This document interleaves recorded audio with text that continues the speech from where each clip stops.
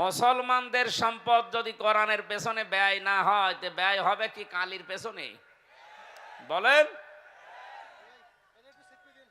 যত নবী এসেছিল তারা এই স্বীকৃতি দিয়েছে।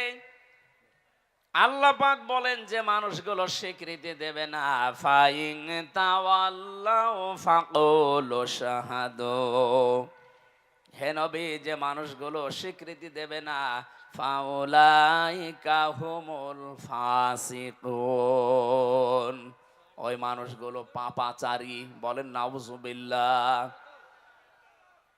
কোনদিন এই আয়াত যতবার পড়েছি আমি ততবারই আমার ভেতরে ওতাল পাতাল চিন্তা ভাবনা এসেছে, আল্লাহ নবী যদি এখন থাকতেন, যত বড় বড় নবীর নাম আমরা কোরআনে পড়েছি, 25 জন নবীর নাম পেয়েছি। মুসা নবীর মতো এত বড় পাওয়ারফুল নবী যিনি আল্লাহর সাথে কথা বলতেন, হযরতে ঈসা যাকে রুহুল্লাহ বলা হয়, আল্লাহর ফিকে দেওয়া রূহ, হযরতে আদম যাকে সফিউল্লাহ বলা হয়, হযরতে দাউদ আলাইহিস সালাম নবী আল্লাহ বলা হয়, ইব্রাহিম নবী খলিলুল্লাহ বলা হয়, ইসমাইল নবী সাবিউল্লাহ বলা হয়। এত বড় বড় পাওয়ারফুল নবীরা যদি আমাদের নবীকে পেয়ে যেতেন, তারা বলতেন লা তুমিনুন্না বিহি ওয়ালা তানসুরুন্না, লামে তাকিদ নুনে সাকিলা,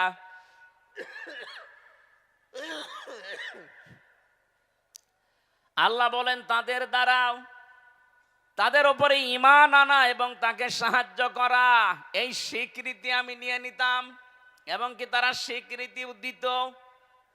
এখান থেকে আমি যে শিক্ষাগুলো তাফসীর থেকে পেয়েছি, কোন মানুষ যদি আল্লাহর ঘোষণা দেয় কিন্তু রেসালাতের ঘোষণা না দেয়, ওই মানুষ কখনো কাঙ্ক্ষিত মানের আল্লাহর কাছে মনোনীত হতে পারে না। আর আল্লাহর কাছে যে মনোনয়ন পাবে না, সে জান্নাতেও যাবে না। আপনি এখনো আমার কথা ক্লিয়ার বোঝেননি আমি জানি, এই জন্য আরো অ্যাক্টিভ হওয়া লাগবে। এই আয়াতের তাফসিরে আমি যতগুলো মিলিয়েছি, মুফাসসির ইকরাম এদের এইভাবেই সাজিয়েছেন, আপনি খেয়াল করেন। এ বাংলাদেশের সাথে আমার যতটুকু বাস্তবতা দেখেছি, এ দেশের সাথে কোরআনের এই আয়াতটা একেবারে খাপের খাপ, মন্তাজের বাপ মিলে যাচ্ছে। আমি কিন্তু প্রশ্ন করবো একটু পরেই, বিশেষ করে যারা আলেম আছেন তাদেরকে। এই পৃথিবীতে কেউ আল্লাহর একাত্মবাদের ঘোষণা দিয়েছে, কিন্তু ওই জামানায় যিনি প্রেরিত পুরুষ নবী বা রাসূল তাকে মানে নাই। এরকম যারাই জীবনে করেছে, আল্লাহ পাক তাদের হেদায়েত দেয়নি, বেঈমান অবস্থায় মরণ দিয়েছেন। এটার বহু সাক্ষী আছে দুনিয়ায়। এই যে ফেরাউনের নাম শুনি আমরা, এই লোকটা যখন মারা যাচ্ছিল, হাত্তা ইযা দারাকাহুল গরক ক্বালা আমানতু আন্নাহু লা ইলাহা ইল্লাল্লাযী আমানাত বিহি বানু ইসরাঈল, ইলা আখিরি আয়াত। সূরা ইউনূসের 90 নম্বর আয়াতে আল্লাহ বলেন, ও যখন ডুবে যাচ্ছিল, ও তখন এই ঘোষণা দিয়েছে, আমি ঈমান আনলাম ওই আল্লাহর উপরে যার উপরে বানি ইসরাঈলরা ঈমান এনেছে। ওয়া আনা মিনাল মুসলিমিন, আমি তো মুসলমান। এরপরও ফেরেশতারা আমারে পানিতে চোবাই কেন? জবাব দিয়েছে মুফাসসিররা, খেয়াল করবেন আলেম ভাইরা, জবাব দিচ্ছেন মুফাসসির। ফেরাউনের মুখের উপরে জিবরাইল ফেরেশতা কাদা পর্যন্ত দিয়েছিল। এই কারণ সে আল্লাহর একাত্মবাদের ঘোষণাটা দিয়েছে, কিন্তু ওই জামানায় যিনি আল্লাহর পাঠানো প্রেরিত পুরুষ নবী আর রাসূল, তার নাম আমরা সবাই জানি, মুসা আলাইহিস সালাম। কথা বলে না কেন? হযরতে মুসাকে সে কিন্তু স্বীকার করে নাই। ও যদি ওই সময় বলতো লা ইলাহা ইল্লাল্লাহ মুসা কালিমুল্লাহ, আল্লাহ ওরে মাফ করে দিত। কিন্তু রেসালাতের ঘোষণা দেয়নি। শুধু আল্লাহর একাত্মবাদের ঘোষণা দিয়েছে।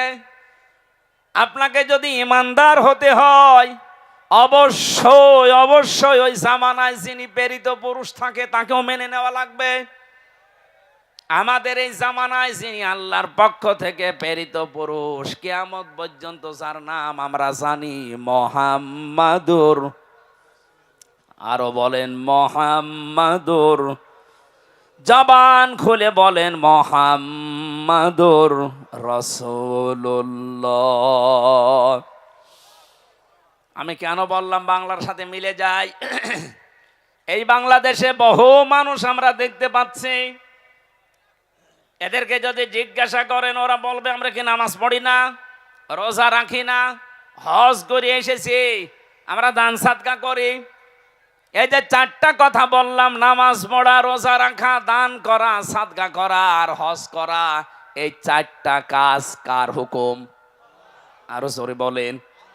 আপনি আল্লাহর কথা, আল্লাহর আইনগুলো মেনে নিচ্ছেন, কিন্তু আল্লাহ পাক এই জামানায় যাকে শেষ নবী করে পাঠালেন, প্রেরিত পুরুষ মুহাম্মাদুর রাসূলুল্লাহ, আপনি তার জীবন আদর্শ মানতে কথা বললেই মনে হয় যে আপনি মনে করেন রাজনীতি করছে। আরে ভাই, নবীজি নিজে প্রেসিডেন্ট ছিলেন, রাজনীতি না করলে উনি প্রেসিডেন্ট হইলেন কি করে? আমাদের যিনি প্রেসিডেন্ট আছেন চুপ্পু মিয়া, উনি কয়েকদিন আগেই ঘোষণা দিয়েছে আমাকে ঠেলা দিয়ে ফেলে দেওয়া যাবে না, আমি রাজপথ থেকে উঠে এসেছি। তার মানে রাজনীতি না করলে আপনি রাষ্ট্রনায়ক হতে পারবেন না। কথা বলেন না কেন? নবীজি অবশ্যই রাজনীতি করেছেন, নাই তো রাষ্ট্রনায়ক হলেন কি করে? এই ছোট কথাটা আপনার কাছে আসে না কোন কারণে? আমি জানি আপনি এই কথা যদি মেনে নিতেন, তাহলে রাসূলের জীবনী 13 বছর বললে অনেকের কাছে ভালো লাগে, কান্নাকাটি করে মক্কার জীবনটা, কিন্তু যখনই তার কাছে মদিনার জীবন সম্পর্কে তথ্য দেওয়া হয়, ওই মানুষগুলো তখন হয় রাজনীতি মনে করে, নাই দুনিয়ার কাজ মনে করে চলে যায়। আমি কথা যেটা বোঝানোর জন্য এ পর্যন্ত আসলাম, আমি আশা করছি আপনি বুঝে ফেলেছেন।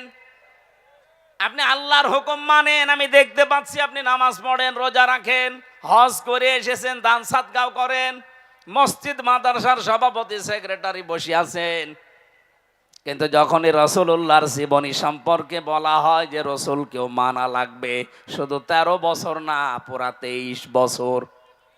কথা বলেন না কেন? 40 থেকে 63, এই 23 বছরের পুরা জীবনী আপনাকে মানা লাগবে। নামাজের মতো এই 23 বছর মেনে নেওয়া ফরজ। বলেন, যদি একটা সেকেন্ড আপনি বলেন না এটা আমি মানি না, আপনি বেঈমান। কারণ আপনিও হযরতে মুসা আলাইহিস সালামকে অস্বীকার করছেন, মুহাম্মদুর রাসূলুল্লাহকেও অস্বীকার করছেন। আমি আশা করি আপনি কথা বুঝেছেন। যে মানুষগুলো আজ আল্লাহ একজন আছে এই কথা বলে, কিন্তু তার প্রেরিত পুরুষকে মানে না, তার আদর্শের কথা বলতে গেলেই রাজনীতি মনে করে চলে যায়, তার মরণ হবে ফেরাউনের মতো। এবার যান, কোথায় যাবেন নিয়ে যান।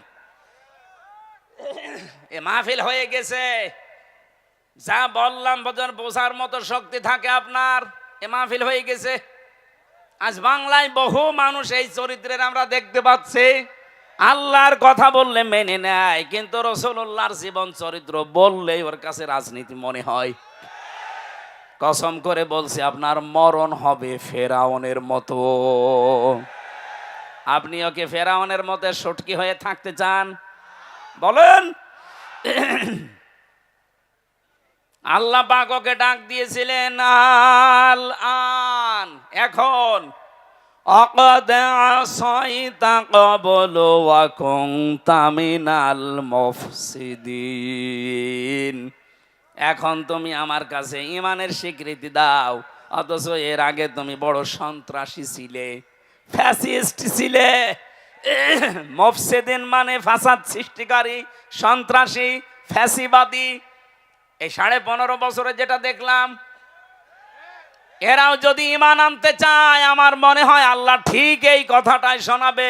এখন তোর জন্য 14.5 বছর অনেকে আয়না ঘরে ছিল, তোর কারণে আমির হামজা 3 বছর বিনা কারণে ফাঁসির কন্ডেম সেলে ছিল। এ কথা আল্লাহ বলতে পারে না? আপনাকে রাগ হয়ে গেল? আমি ভুক্তভোগী এই কারণে বললাম। আমি যখন নিজে দেখেছি ওই মাটির নিচে এত বড় বড় নখ হয়ে গেছে এক একজনের, চুল দাড়ি গব মনে হচ্ছে জঙ্গল থেকে বেরিয়ে আসতেছে। রাতের বেলা যখন নিয়ে আমাকে ঘরের ভেতরে নিয়ে যেত, রাত 11টা, 11:30, 12টার সময় নিয়ে যেত, কারারক্ষী যারা দায়িত্বে আছে ওখানে জিজ্ঞাসা করতাম, ভাই কয়টা বাজে? কারণ আমরা জানতাম না যে এটা কোন মাস কোন বছর। এমনও মানুষ ওখানে আছে 14 বছর পড়ে আছে।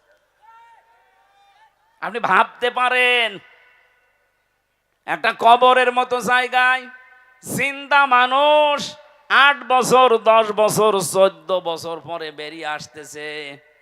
ও জানে না যে এখন কোন বছর চলছে, ও জানে না কোন মাস চলছে, তাও জানে না কোন বছর চলছে, ওর জানা নেই কয়টা বাজে কি বার আজকে, কিছু জানে না। এমন একটা জায়গায় আপনি 5 দিন যদি থাকতে পারেন আপনাকে আমি পুরস্কার দেব। অথচ 14 বছর একটা মানুষ, এত বড় বড় আঙ্গুল নখ হয়ে গেছে, ওরা দেওয়ালের সাথে খুশিয়ে খুশিয়ে লিখতো যে ভাই যদি বাইরে যেতে পারেন এই নাম্বারটায় জানাবেন যে আমি বেঁচে আছি।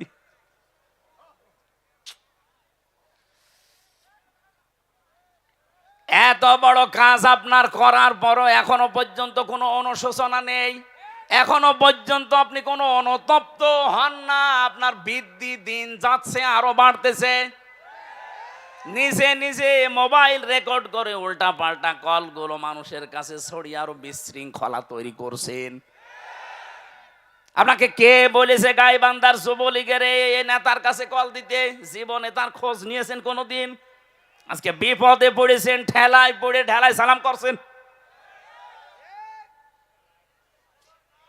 আপনার এই কলগুলো আমার মনে হয় যিনি দায়িত্বে আছে বাংলাদেশের উপদেষ্টায়, প্রধান উপদেষ্টার উচিত যারা এদেশে বিশৃঙ্খলা তৈরি করতে চায়, সন্ত্রাসী কর্মকাণ্ড উস্কে দিতে চায়, তাদের ওইগুলো যেন বন্ধ করা হয়। এই কলগুলো কোনো দরকার নেই, কারণ দেশের যার দ্বারা উপকার হয় না তার দরকার কি?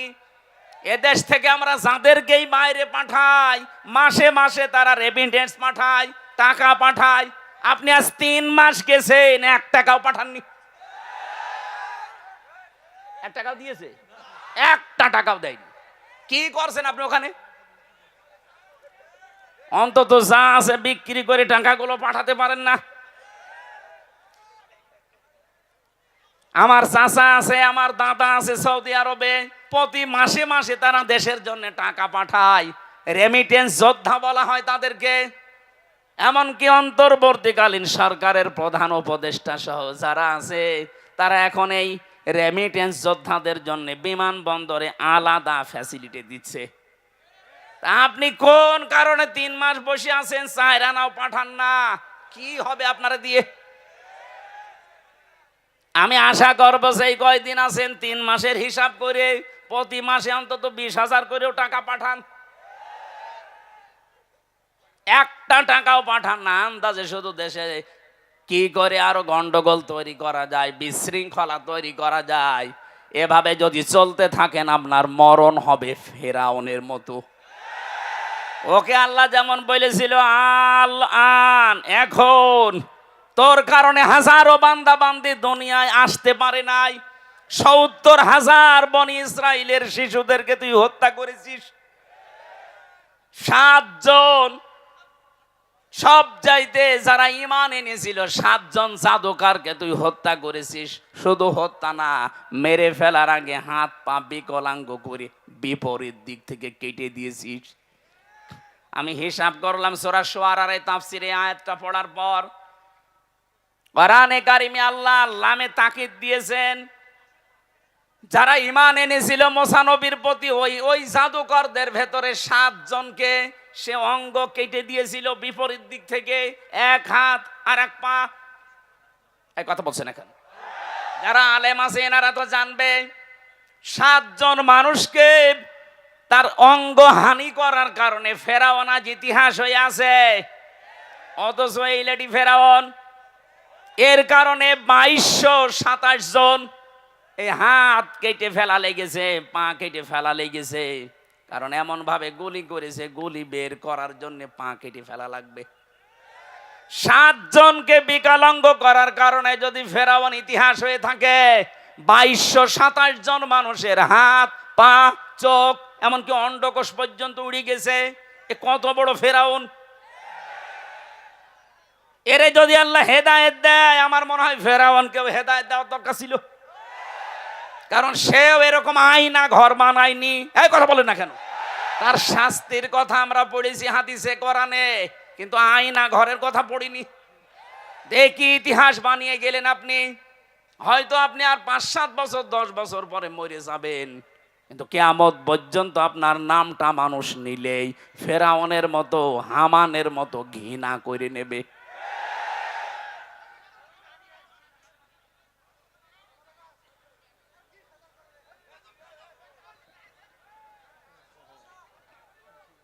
এখান থেকে আমাদের শিক্ষার বিষয়টা যেহেতু রেকর্ড হয়ে ছড়িয়ে যাচ্ছে তামাম দুনিয়ায়, পৃথিবীর এই ময়দানে, বিশেষ করে বাংলাদেশে, কেউ যেন অত্যাচারী আর না হয়। সামনে যারা আসবে তারা যদি চেয়ারে বসে আবার ওদের মতো অত্যাচার করে, এ বাংলার জনগণ তাদেরকে এরকম জুতা পিটা করে বিদায় দেবে। সামনে এরকম পরিবেশ যদি আসে, জুতা পিটা করতে রাজি আছেন তো? কারা আছেন দেখে? লিল্লাহে তাকবীর। আলহামদুলিল্লাহ ভাই।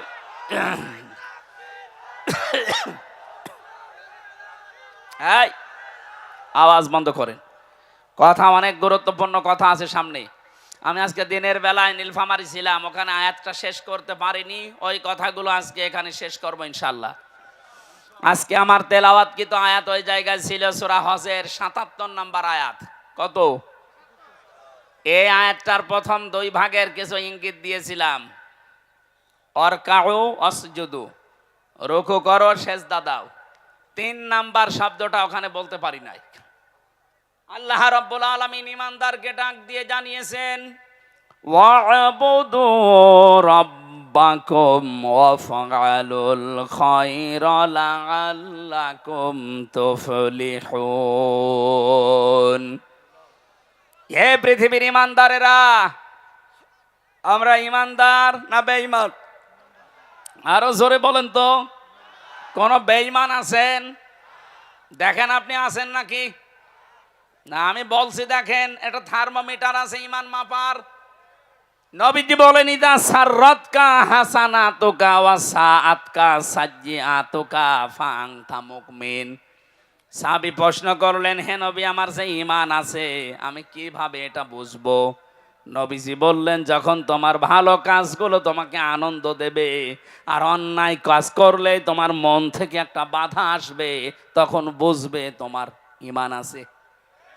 বাংলাদেশে আপনি তাকান তো, এখন নাই যে পরিবেশ আছে, এর আগের যে অবস্থা, ভালো কাজ সবার কাছে ভালো লাগতো? বলেন।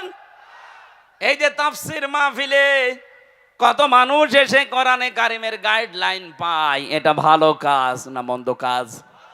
এই ভালো কাজটাও যাদের কাছে ভালো লাগে নাই, যারা 144 ধারা পর্যন্ত জারি করেছে, এদের ঈমান থাকে কি করে? এদের তো ভালো কাজ ভালো লাগে নাই।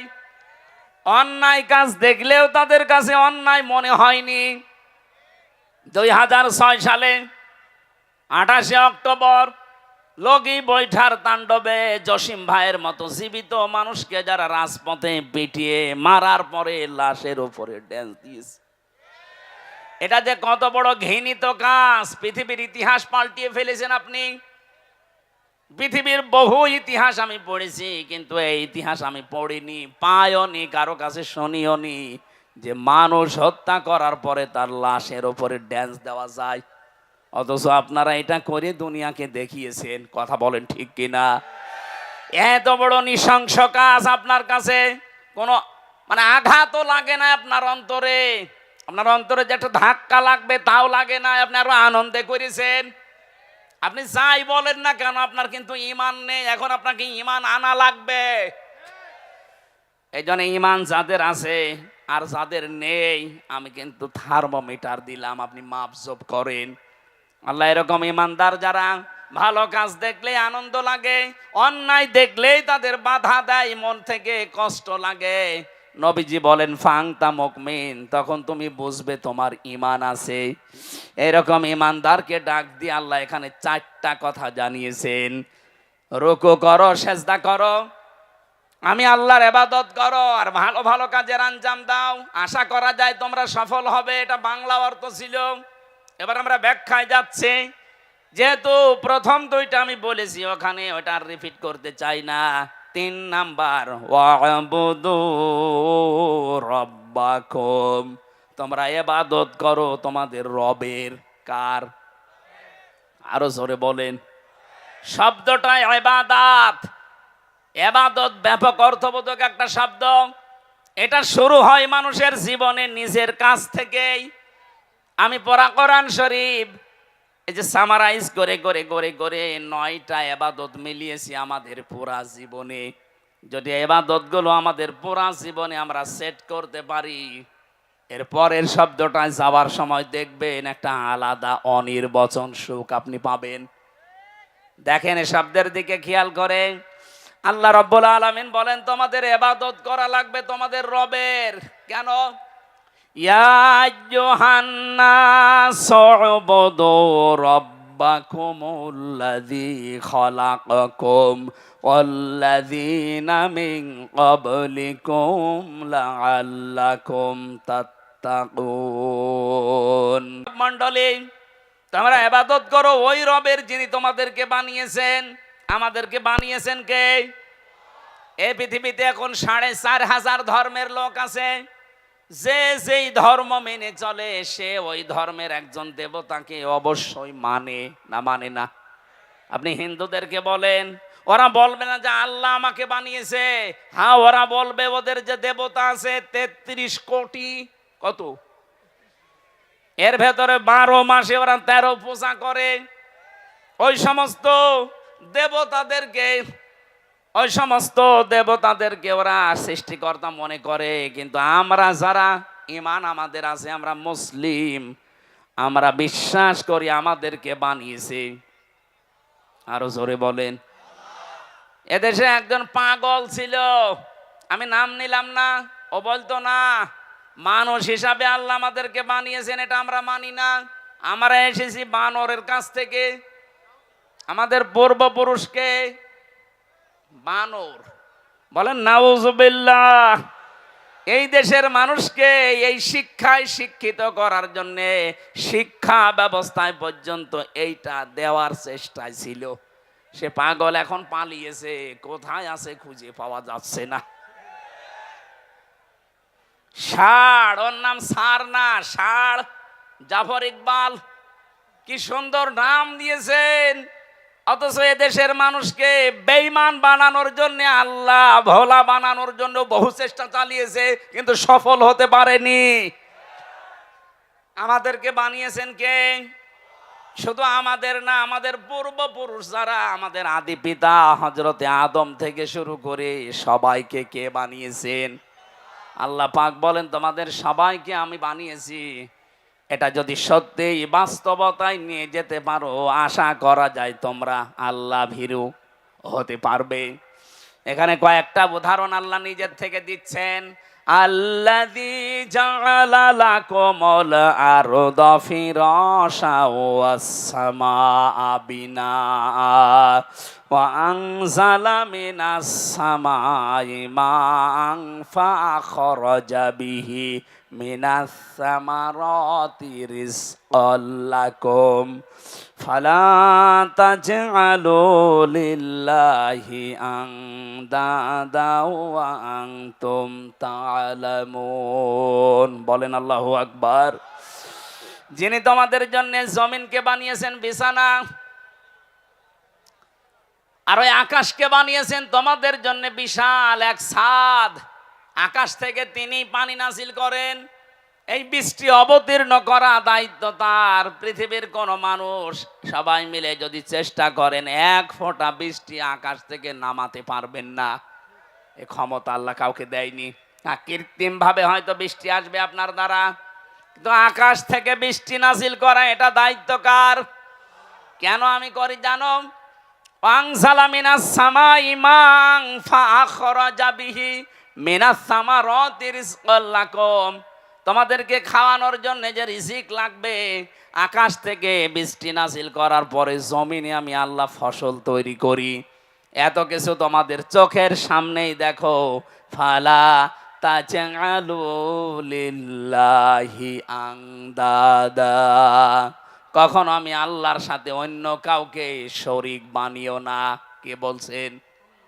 আয়াতটা পড়ার পরে আমি বাংলাদেশের সাথে একটা জিনিস এখনো মিলিয়েছি। আমি আসার সময় মিলাচ্ছিলাম।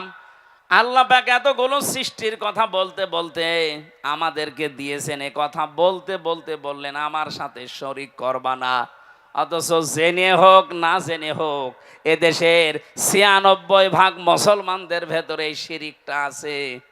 অনেকেই এখনো পর্যন্ত বলছে ক্ষমতার উৎস জনগণ। এটা আল্লাহর সাথে অংশীদার স্থাপন করার নামান্তর। এক কথা বলেন না কেন? ক্ষমতার উৎসকে যারা এই কথা মানেন না, বিশ্বাস করেন না, যে মানুষগুলো বিশ্বাস করেন না ক্ষমতার উৎস আল্লাহ, তারা কিন্তু আল্লাহর সাথে শিরিক করছেন। আল্লাহর সাথে যারা শিরিক করে তারা হচ্ছে মুশরিক। এই কথা বলেন না কেন? জাতিকে আজ আবহমান কাল থেকে এই দেশে মুশরিক বানানোর জন্য সূক্ষ্ম সূক্ষ্ম কিছু ষড়যন্ত্র আছে, এখনো চলছে। এটা থেকে আমরা এই জাতিকে মুক্ত করতে চাই। আজকে থেকে যাদের এই ছোটখাটো বিশ্বাসী আছে, ক্ষমতার উৎস জনগণ, এক্ষুনি পাল্টাবেন, এক্ষুনি বিশ্বাস পাল্টান। এই বিশ্বাস নিয়ে আজকে বাড়ি যাওয়া লাগবে। ক্ষমতার উৎসকে আনতুম তাআলামুন। আরে বেটারা, তোরা তো জানিস যে আমি সবকিছুর উপরে, এরপরও আমার সাথে অন্য কাউকে অংশীদার করিস কোন কারণে? ফালা তাজআলু লিল্লাহি আনদাদা। আমার সাথে অন্য কাউকে জড়বি না। এমনকি আরো কিছু শিরিক এই দেশে আছে, যারা আল্লাহর নামের সাথে অন্য কাউকে ডাকেন, এইটাও শিরিক। ওয়াদারুল্লাযীনা ইলহাদুনা ফি আসমাই। আল্লাহর নামকে তোমরা এলহাদ করবা না, উল্টা পাল্টা করে ডাকবা না, পরিবর্ধন করে দিবা না। বাংলাদেশে বহু জেলাতে এখন এই জিকির হয়। আল্লাহ আল্লাহ আল্লাহ জিকির করার পরে ইয়ালি বাবা, শালি বাবা, কেবলা বাবা, কেল্লা বাবা, ফতে বাবা, এগুলো চলছে না। এগুলো যে প্রকাশ্য শিরিক, আল্লাহর সাথে অন্য কাউকে জোড়া যাবে না। অথচ সুন্নি নাম নিয়ে আমার এই তাহিরি ভাইরা বহু মানুষকে বিভ্রান্ত করে জাহান্নামে নিয়ে যাচ্ছে। সতর্ক থাকা লাগবে না। এরা ঈমান যে বিক্রি করে ফেলছে, এরা নিজেরা তো জাহান্নামে যাচ্ছে, আপনাকেও নিয়ে যাওয়ার জন্য চেষ্টা চালাচ্ছে। ওরা গোপনে কত কিছু পায় আপনি জানেন না। সুতরাং আপনাদের এই রংপুর, রাজশাহী এই দুই বিভাগে এই সুন্নি নাম নিয়ে যারা মানুষকে প্রকাশ্য শিরিক করায়, তারা যেন আসতে না পারে। এই কথা বলুন। এরকম প্রতিটি জেলাতে আওয়াজ তুলবেন। আল্লাহর নামের সাথে যারা অন্য কাউকে ডাকো, এটা শিরিক। দলিল দেবেন সূরা ফুরকানের 68 নম্বর আয়াতের প্রথম অংশে, লিখে নেন এটা। সূরা কি ফুরকান 19 নম্বর পারা, 4 নম্বর পৃষ্ঠা, 12 নম্বর লাইনে 68 নম্বর আয়াতের প্রথম অংশে আছে, ওয়াল্লাযীনা লা ইয়াদউনা মা'আল্লাহি ইলাহান আখার। আল্লাহর সাথে যাতে অন্য কাউকে যে ডাকে, তার শাস্তি হবে ডবল। কয়টা? এর পরের আয়াতে আল্লাহ জবাব দিয়েছেন, ইদাফ লাহুল আযাব, ইদাফ লাহুল আযাব ইয়াউমাল কিয়ামাহ। কিয়ামতের দিন তাদের শাস্তি হবে ডবল। সুতরাং এই কাজে বুঝে করেন আর না বুঝে করেন, আজকে থেকেই ফিরে আসবেন। আল্লাহর সাথে এই তাহিরির মতো অন্য কাউকে আর ডাকা, আরো জোরে বলেন। অনেকে বলেন হুজুর নাম ধরলেন, আরে ভাই নাম না ধরলে তো আপনি টের পাবেন না। ওরা যে জাতিকে শিরিক করে মুশরিক বানাচ্ছে, তে নাম ধরবো না করব কি? আজকে থেকে সিদ্ধান্ত নেবেন, আমি আল্লাহ বাদে অন্য কাউকে ক্ষমতার উৎস মানি না। যদি কোন দল এটা বিশ্বাস করে ওই দলে আমি নেই। এটা কি শুধু সামিয়ানার নিচে না? মানে সামিয়ানার নিচ থেকে আপনি নিয়ে যাবেন না। হয়তো জিকিরের বেলায় আপনি আল্লাহ বাদে অন্য কারো নামে কেল্লা বাবা, ফতে বাবা, ইয়ালি বাবা জিকির করবেন না, কিন্তু ক্ষমতার উৎস জনগণ, এইটা আপনি পাল্টাতে পারেন না। কি হয়েছে বলেন তো? আপনার কি মিথ্যা মনে হচ্ছে? কোরআনের কথা শোনার পরে যাদের মিথ্যা মনে হয়, তারা কিয়ামতে যখন জাহান্নামের গেট দিয়ে ঢুকবে, ফেরেশতারা বলবে কি, তোমাদের কাছে কোনো নবী রাসূল যায়নি? আলেম ওলামা যে এ কথা কি তোমাদের বোঝায়নি যে ক্ষমতার উৎস আল্লাহ? এ কথা বোঝায়নি? তারা বলবে হ্যাঁ বলেছিল।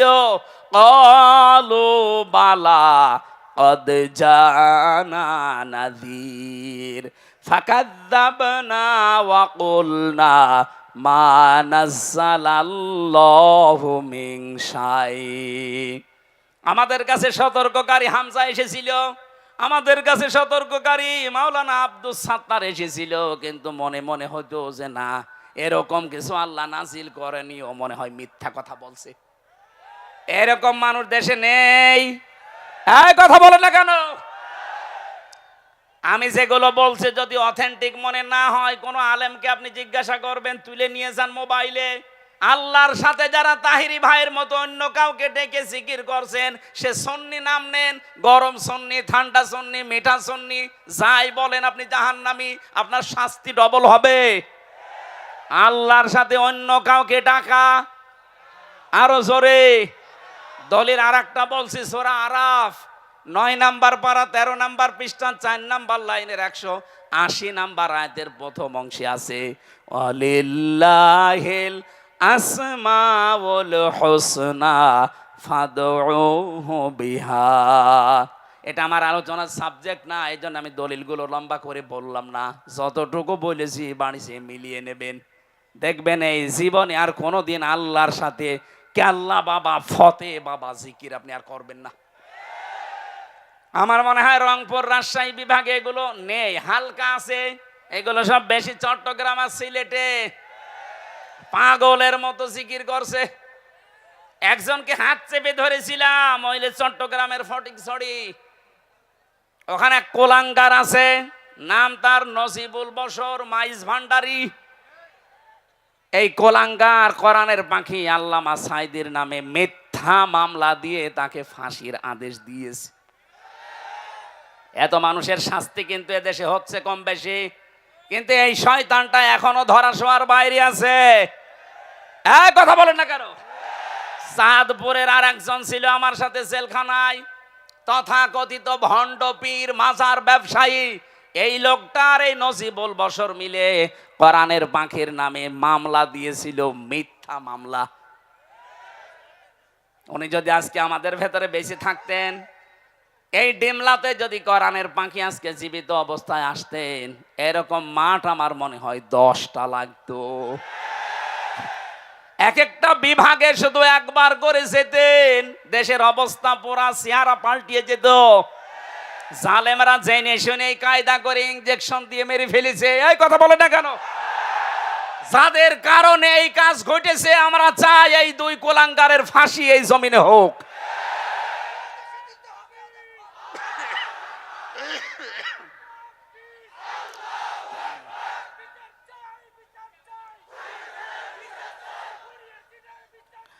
আমার ভাইরা,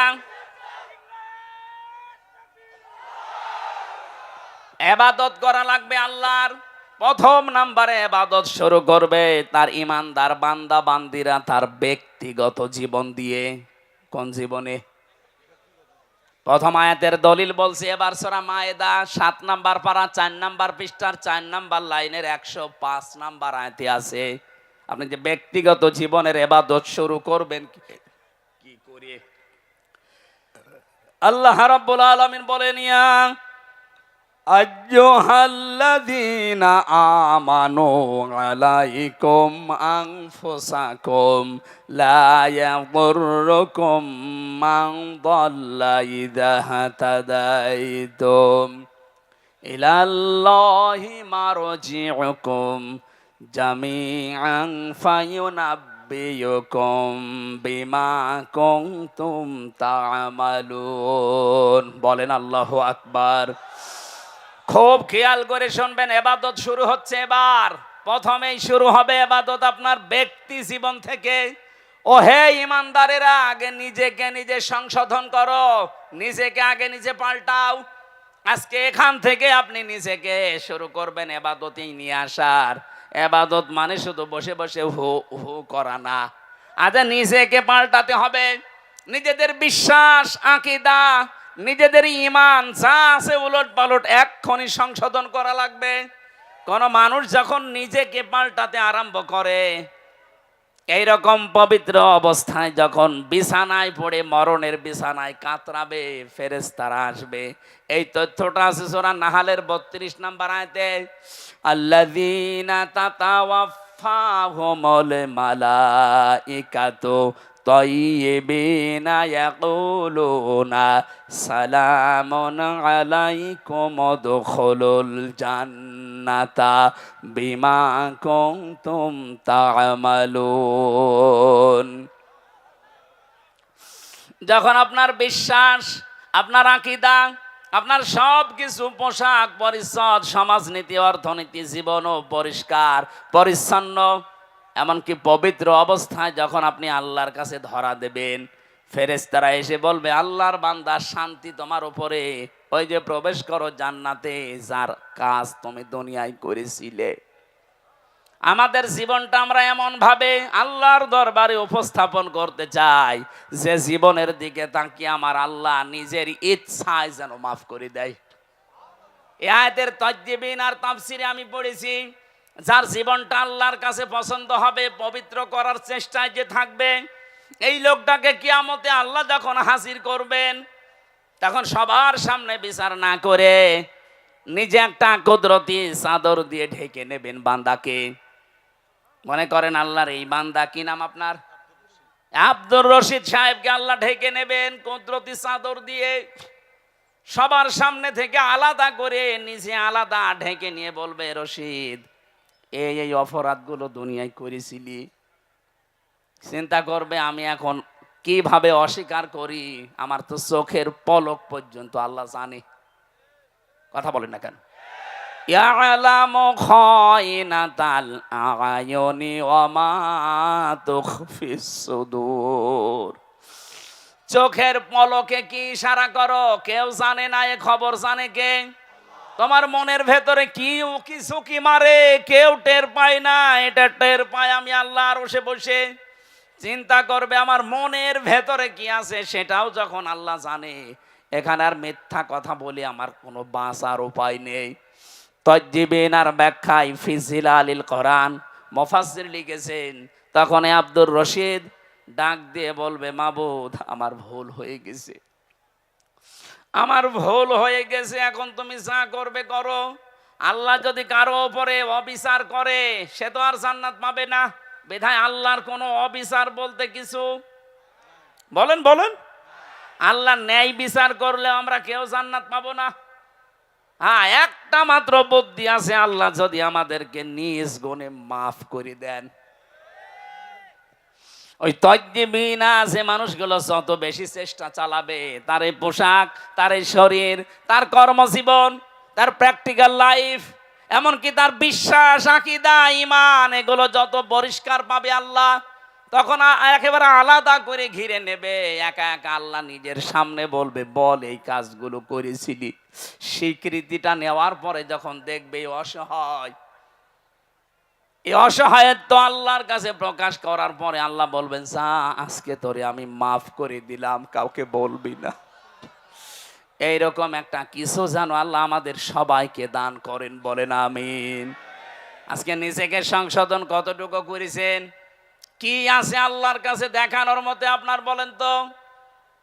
কবি জানিয়েছে, হাল্লাকা সিররুন ইনদাল্লাহ বাইনাকা আনতা ওয়া বাইনাল্লাহ হাল্লাকা সাদাকাতুন তাখফা লা ইয়ালামুহা ইল্লাল্লাহ। ও আল্লাহর বান্দা, তোমার কি এমন গোপন কিছু আছে যেটা তুমি ছাড়া কেউ জানে না? এমন কোন গোপন দান আছে, গোপন সাদাকা আছে, গোপনে কোনো ভালো কাজ দুনিয়ায় এমন কিছু করেছো যেটা তুমি ছাড়া আর কেউ জানে না? আমাদের জীবনে এরকম একটা লম্বা সেজদা আছে না? আপনি কি করলেন বলেন তো? আফসোস করা দরকার আপনার জীবন নিয়ে। আমি জেলখানায় দেখেছি এক একজন মানুষকে সেজদায় পড়ে থাকতে 40 মিনিট, 45 মিনিট, 1 ঘন্টা পড়ে আছে সেজদায়। তারা নিজেদের এই অপরাধের জন্য জেলখানায় বসে বসে কষ্ট পাচ্ছে এই কারণে না, পেছনের দিকে তাকিয়ে ভেবেছে আল্লাহ আমি কি করেছি? এতটুকু অপরাধে যদি আমি 3 বছর, 5 বছর, 10 বছর কারাগারে থাকতে পারি, দুনিয়াতে আমার এই 60 বছর 50 বছরে কত কিছু করেছি, আমি তোমার কাছে যাওয়ার জন্য কি নিয়ে যাচ্ছি? এই অনুশোচনা বোধ থেকে দেখতাম রাত 2টা 2:30টায় উঠে 2 রাকাত নামাজে এই 1.5-2 ঘন্টা কাটিয়ে দিত। ওই সময় একটা আলাদা মজা পাওয়া যেত, বাইরে এসে ওইটা এখন আর আমরা পাচ্ছি না। আমাদের নিজেদের জীবনকে এখনই সংশোধন করার সময় এসেছে। যে যেখানে আছি প্রত্যেকেই নিজের সম্পর্কে ভাবেন।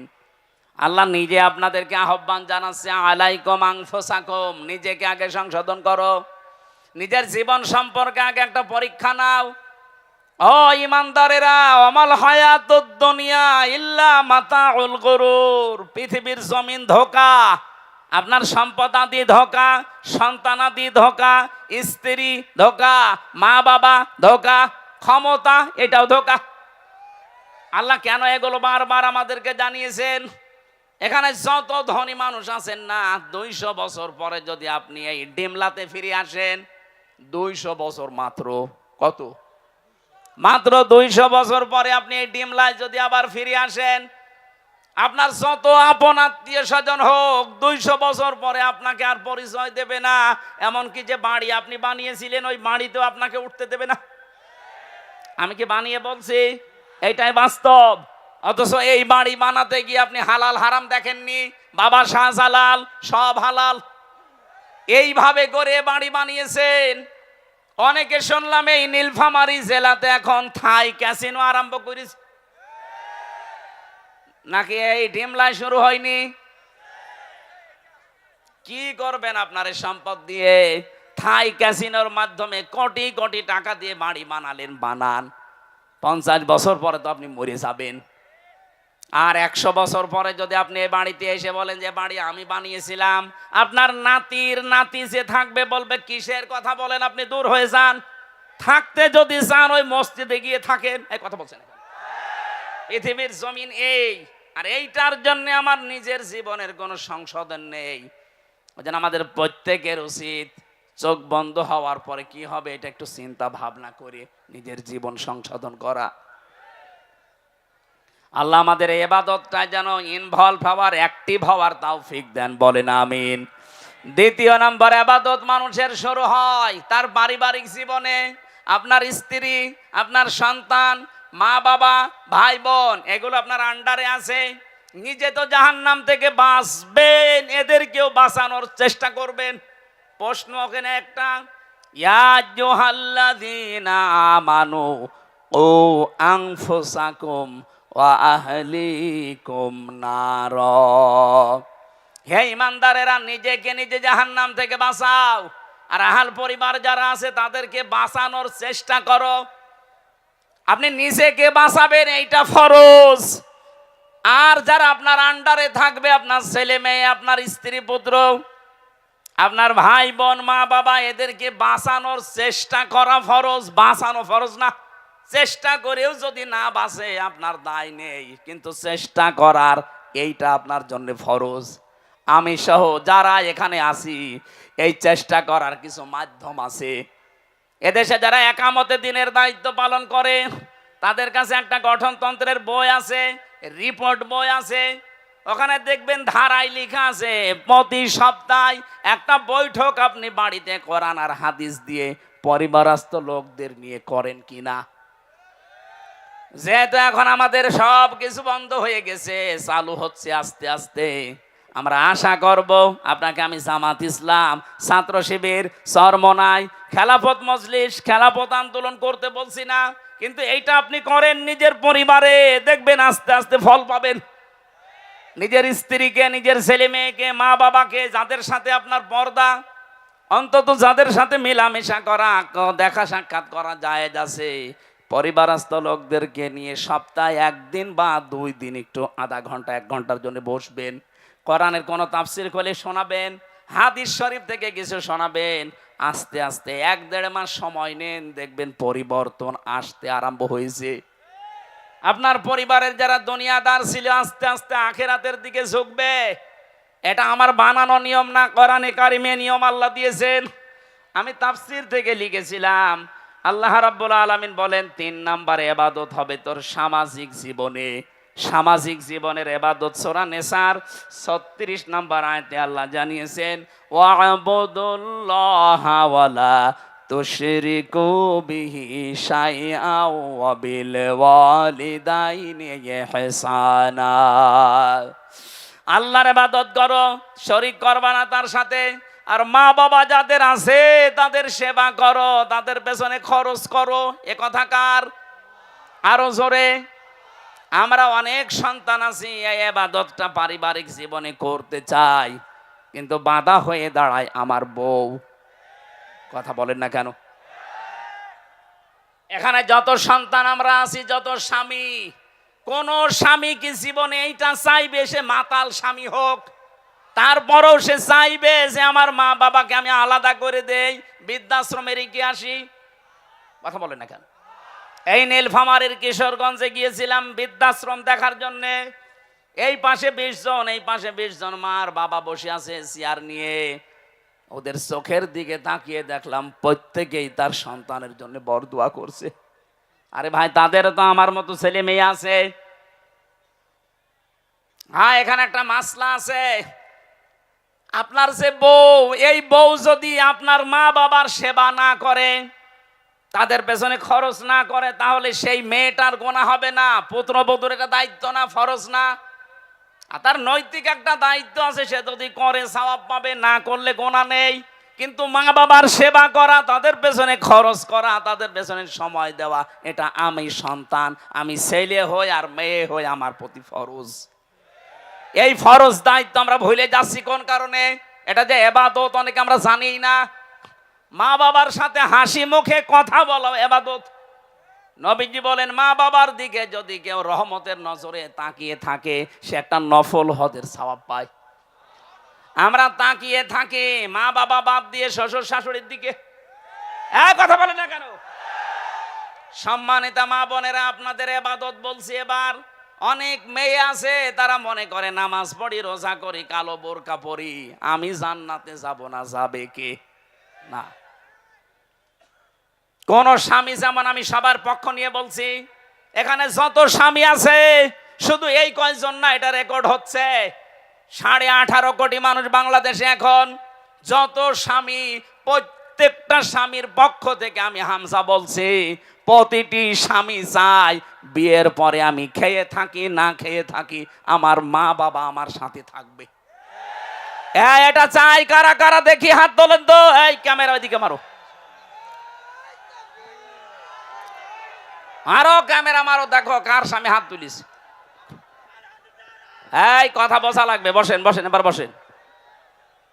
সম্মানিতা মা বোনেরা, শুধু ওয়াজ শুনতে আসা না, এটাই আপনার জীবনের প্রথম ওয়াজ, আসল ওয়াজ, এইটাই শেষ ওয়াজ।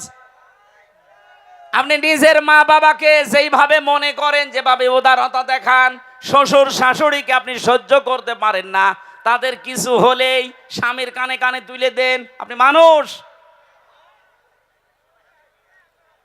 জীবনেও জান্নাতের ঘ্রাণ পাবেন না।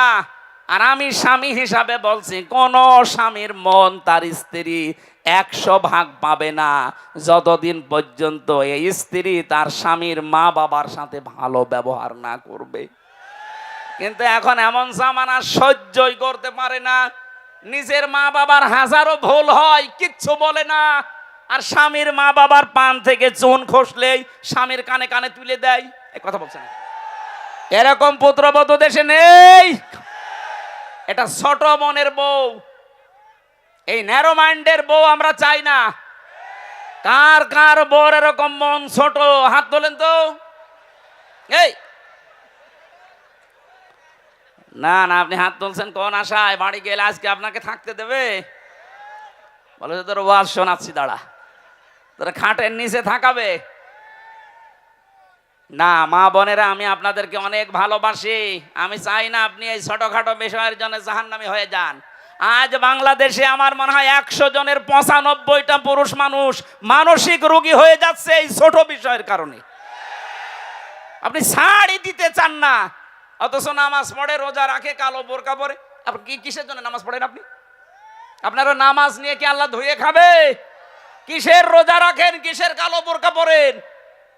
পারিবারিক জীবনে শ্বশুর শাশুড়িকে নিজের মা বাবার মতো দেখা, এটা ইবাদত।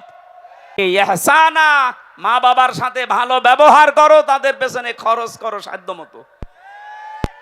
দুনিয়াতে একটা জায়গায় আছে খরচ করার জন্য, আল্লাহ যে সিরিয়াল দিয়েছেন কোরআনে সূরা বাকারার 215 নম্বর আয়াতে, এটা 2 নম্বর পারা 12 নম্বর পৃষ্ঠা 14 নম্বর লাইনে আছে, ইয়াসআলুনাকা মাযা ইউনফিকুন।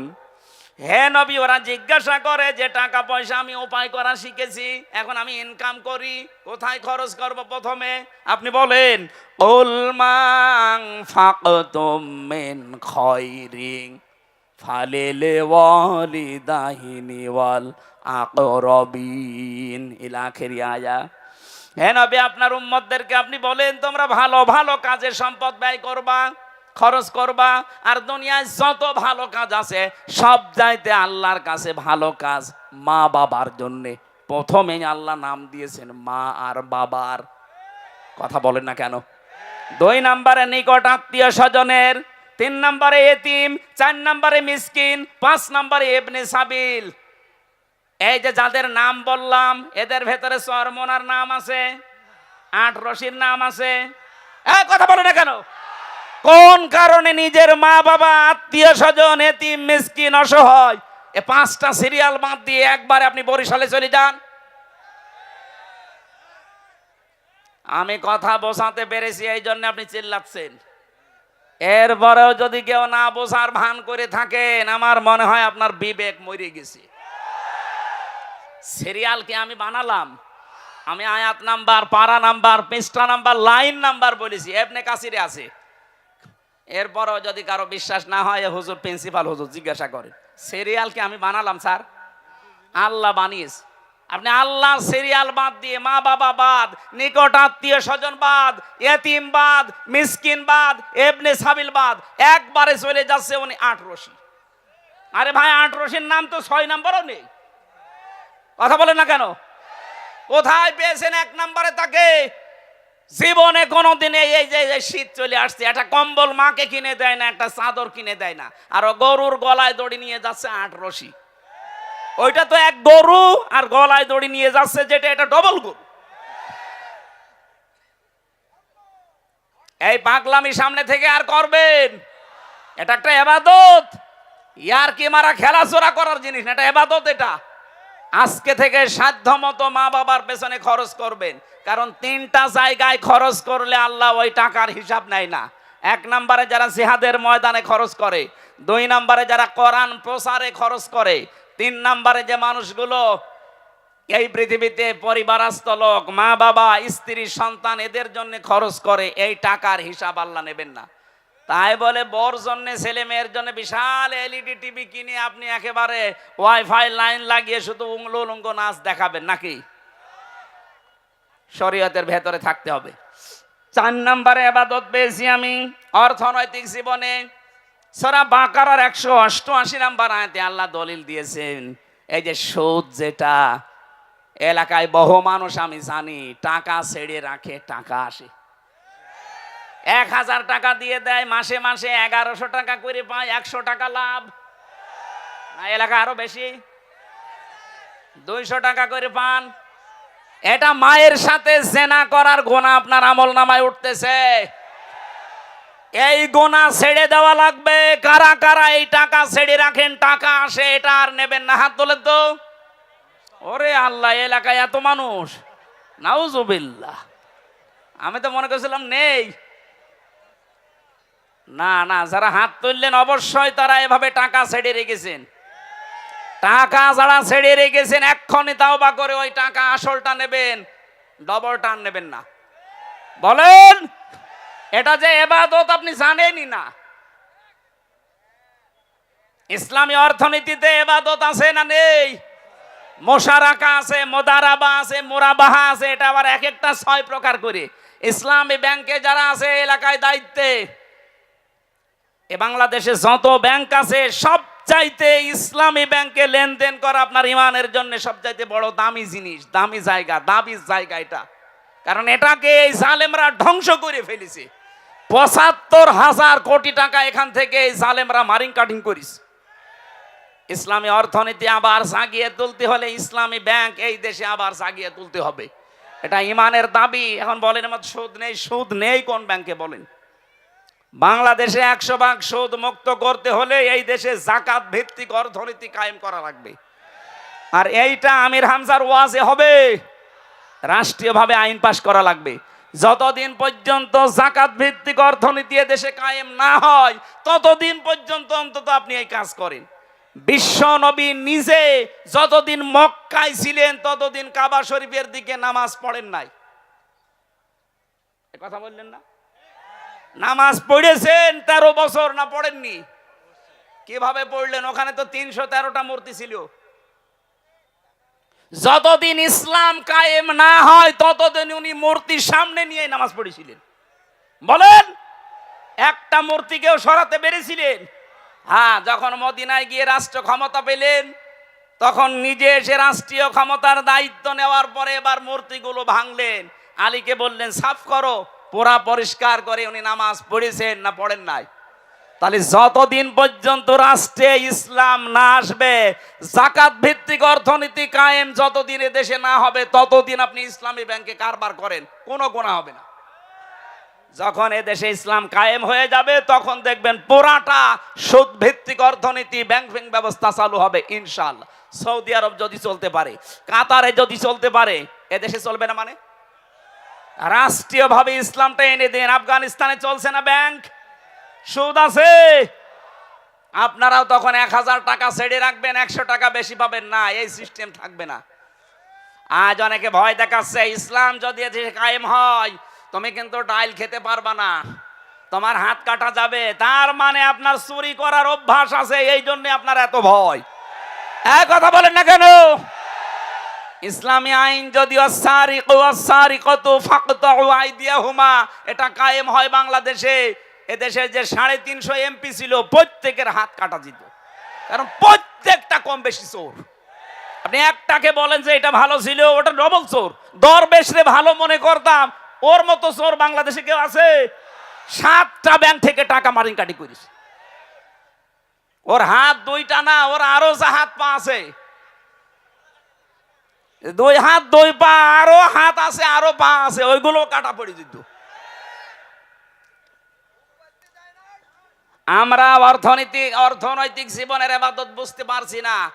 অনেকে যে জমি জায়গা নিয়েও সুদ খান। আমি আব্দুর রশিদ সাহেবকে 1 বিঘা জমি দিলাম, ওনার কাছ থেকে 1 লাখ টাকা নিলাম।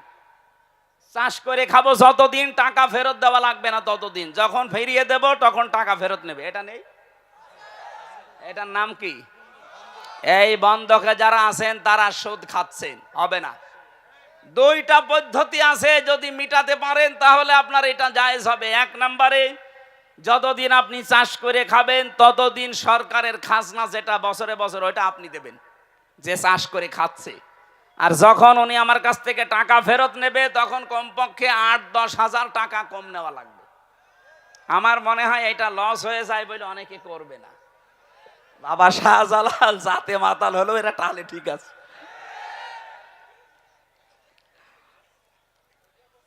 আর এই যে জমি জায়গা দিয়ে দেয় 1 বছরে 10,000 টাকা 1 বিঘা জমি থেকে আপনি দেবেন করে খাবেন, এইটা জায়েজ আছে। কারণ 1 বিঘা জমিতে 10,000 টাকা উপায় করা 1 বছরে খুব বেশি কষ্টের কাজ না।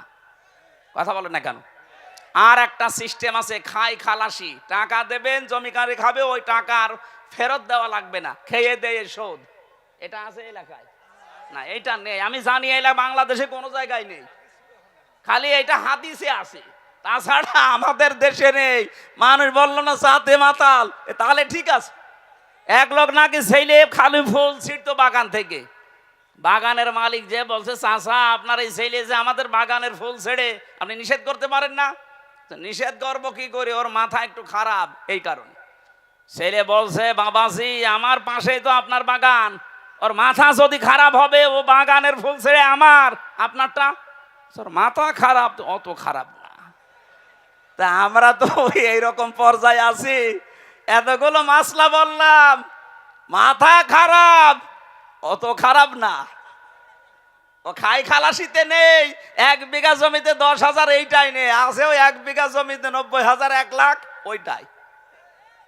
যারা টাকা ছেড়ে রাখছেন, টাকা আসে প্রতি মাসে মাসে, এই সুদের মতো মায়ের সাথে জেনা করার গোনা বাদ দেওয়ার দরকার নেই। যারা দিতে পারেন না তারা নামাজ কালাম ছেড়ে দেন। কি হবে আপনার নামাজ দিয়ে?